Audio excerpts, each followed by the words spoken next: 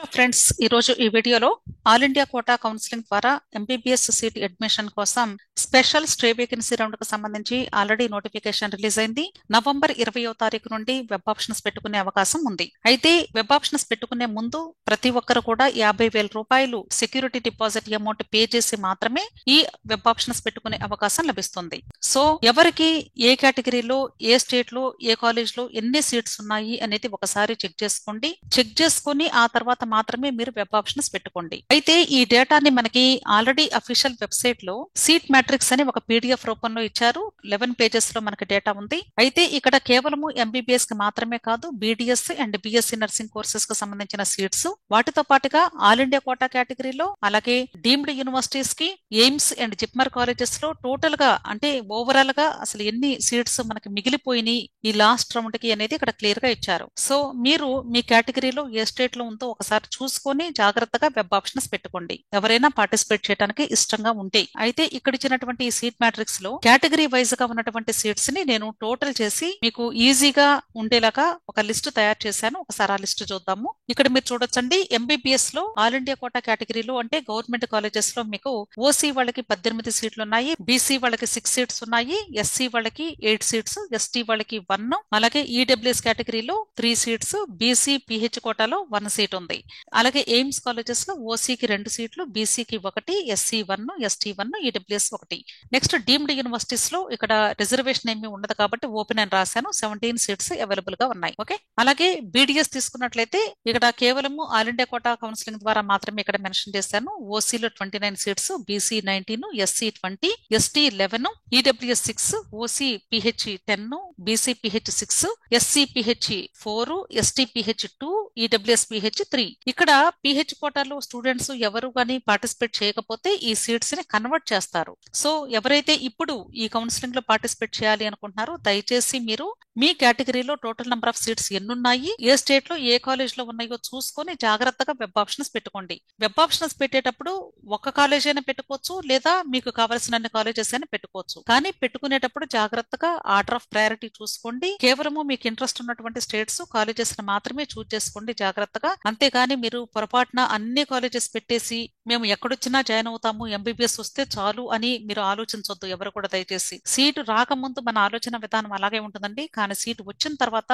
Join చెయ్యాలా వద్దని మరలా మనమే ఆలోచిస్తూ ఉంటాము. అలాంటి మిస్టేక్ ఎవ్వరు కూడా ఇప్పుడు చేయొద్దు. అది చాలా రిస్క్ తో కూడిన పని. మీకు ఒకవేళ ఇంట్రెస్ట్ కానీ లేకపోతే ఇప్పుడు కట్టిన సెక్యూరిటీ డిపాజిట్ అమౌంట్ 50,000 రూపాయలు పోతాయి. వాటితో పాటు 1 సంవత్సరం పాటు నీట్ ఎగ్జామ్ రాసే అర్హతను స్టూడెంట్ కోల్పోవలసి వస్తుంది. ఈ విషయం మీరు బ్రెయిన్ లో ఉంచుకొని, మీకు ఒకవేళ మీ సొంత రాష్ట్రంలో మీ కేటగిరీలో సీటు ఉంటే ఆ కాలేజీని మాత్రమే పెట్టుకోండి. ఆ కాలేజీ లిస్ట్ ఎలా తెలుస్తుంది అంటే మనకు ఆల్రెడీ ఇందాక పీడిఎఫ్ చూపించాను కదా, దానిలో ఏ కాలేజ్ లో ఏ కేటగిరీలో ఎన్ని సీట్స్ ఉన్నాయనేది ఉంది కాబట్టి దాని ప్రకారంగా ముందుగా ఒక పేపర్ మీద రాసుకోండి ఆర్డర్ ఆఫ్ ప్రయారిటీ. అప్పుడు మాత్రమే మీరు web options and choice filling పూర్తి చేయండి. అంతేకాదు ఎవరు కూడా దయచేసి వెబ్ ఆప్షన్స్ ని లాక్ చేయవద్దు. ఒకవేళ మీరు మనసు మార్చుకుని లాస్ట్ లో కానీ వెబ్ ఆప్షన్స్ పెట్టుకోవద్దు అనుకుంటే పెట్టుకోవటం మానేయండి. అంతేగాని డబ్బులు కట్టాం కాబట్టి పెట్టాలేమో అని మీరు ఆలోచించాల్సిన అవసరం లేదు. మీరు డబ్బులు కట్టారు కాబట్టి మీకు ఇష్టం ఉంటే పెట్టుకోండి, లేకపోతే టచ్ చేయొద్దు. అర్థమైంది కదా. మీకు ఒకవేళ ఇంట్రెస్ట్ లేకపోతే వెబ్ ఆప్షన్స్ పెట్టుకోకపోయినా సరే మీ అమౌంట్ మీకు రీఫండ్ చేయబడుతుంది. అంతేకాదు మీకు సీటు వచ్చినా రీఫండ్ అవుతుంది, సీటు రాకపోయినా రీఫండ్ అవుతుంది.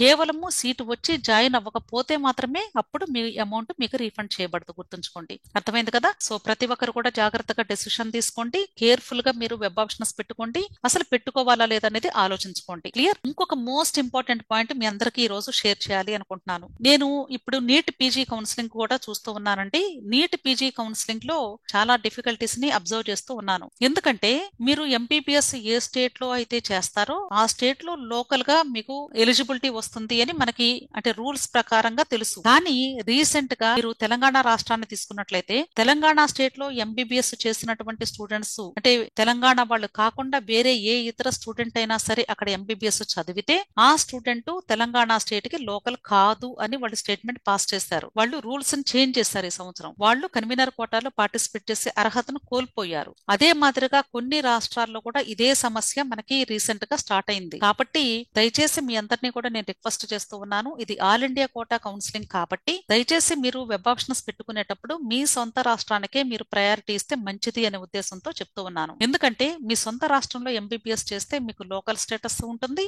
అంతేకాకుండా మీ రిజర్వేషన్ కేటగిరీకి కూడా మీరు ఎలిజిబుల్ అవుతారు. అదే వేరే రాష్ట్రంలో గానీ మీరు ఎంబీబీఎస్ చేస్తే ఒకవేళ ఆ రాష్ట్రం వాళ్ళు మిమ్మల్ని లోకల్ క్యాండిడేట్ కింద యాక్సెప్ట్ చేసినప్పటికీ కూడా మీ రిజర్వేషన్ అయితే ఆ స్టేట్ లో చెల్లదు. ఎందుకంటే మీ రిజర్వేషన్ మీ సొంత రాష్ట్రానికి మాత్రమే చెల్లిద్ది. వేరే రాష్ట్రానికి ఎక్కడ కూడా మీ రిజర్వేషన్ వర్తించదు. ఈ విషయాన్ని బ్రెయిన్ లో ఉంచుకోండి. ప్రతి ఒక్కరు కూడా ఈ విషయాన్ని గుర్తుంచుకొని దాని ప్రకారంగా మాత్రమే వెబ్ ఆప్షన్స్ పెట్టుకోవాలని మీ అందరినీ కూడా హెచ్చరిస్తూ ఈ వీడియోని ఇంతటితో ముగిస్తూ ఉన్నాను. వీడియో నచ్చితే లైక్ చేయండి, మీ ఫ్రెండ్స్ కూడా షేర్ చేయండి. అలాగే నా ఛానల్ ని తప్పకుండా సబ్స్క్రైబ్ చేసుకోండి. ఇంకా ఏదైనా మీకు డౌట్స్ ఉంటే వీడియో క్రింద కమెంట్ బాక్స్ లో కమెంట్ చేయండి. మీ డౌట్స్ ని క్లారిఫై చేయడానికి ట్రై చేస్తాను. Okay, thank you.